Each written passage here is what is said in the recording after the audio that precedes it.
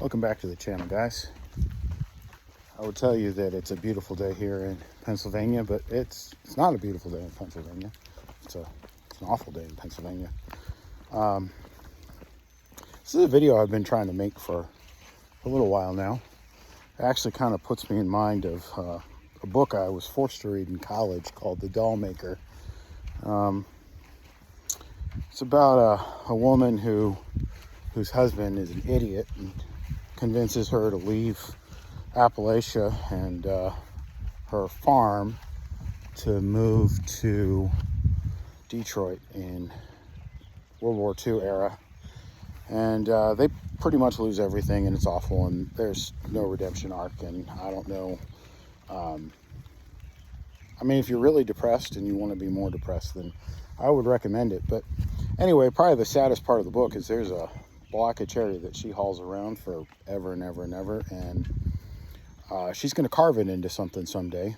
Maybe, I don't know. But anyway, at the end of the story, she's chopping it up for firewood or something, and the person asks her why she's doing that. She said she can never find a face for it. And that's kind of how I felt about this video. I wanted to sort of put a bow on everything as far as the truck goes, and I filmed it a bunch of times, and it just didn't work.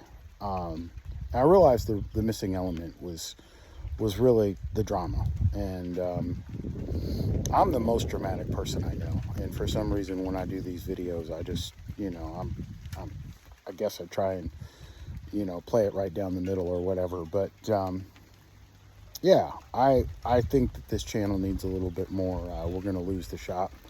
Every deal is the most important deal in my life. And, as you look around automotive YouTube, I think Hoovy's going to get foreclosed on, and people getting arrested, Diesel Brothers and Whistling Diesel, and Scrap Life Garage isn't Scrap Life anymore, and Dalt's off doing his own thing and addressing elephants in the room, and it's just a wild time to be alive. So I've just decided I'm just going to go full Scotty Kilmer on this one, and in honor of that, have a little interesting story to tell you about the pickup truck. So I got a phone call.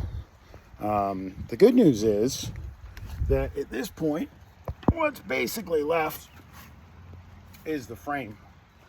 And I got a phone call from a guy, and he said he was interested in the frame, but it was kind of a weird conversation because it just wasn't like just, hey, I might be interested in your frame.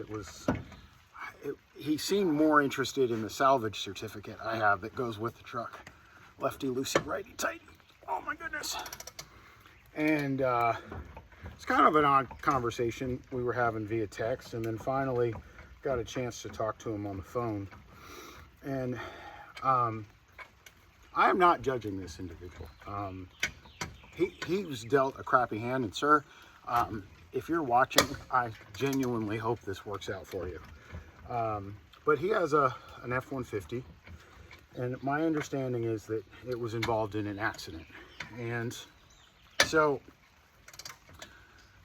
when he went to file a claim with the insurance company told him that his payment had lapsed.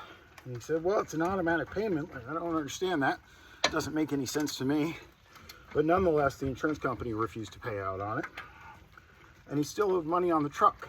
So the credit union wouldn't give him his title. No, my goodness. So anyway, I think what he was kind of thinking in his mind is that if he could somehow get a salvage certificate or a title or something, and he could potentially, just retitle his truck and sort of go on with life. And obviously that's pretty much a felony, I think, anywhere you're at. I realize there's a huge gray area with cars in terms of, how much of a car do you need to have in order to get a title. But anyway, I really do wish this individual the best, but after finding out what his designs for the frame were, it's probably for the best that he seems to have moved on in a different direction. The other aspect that I kind of wanted to talk about a little bit was the fact that we've actually made a decent amount of money on this thing. So we paid, and I thought I loosened that one. We paid just under $650 for the truck. And to date, I did not loosen this one. My goodness. Oh, you're gonna rotate on me now, for real? Hey, yay, yay. Anyway, we paid just under $650 for the truck. And, come on, don't do this. There you go, okay.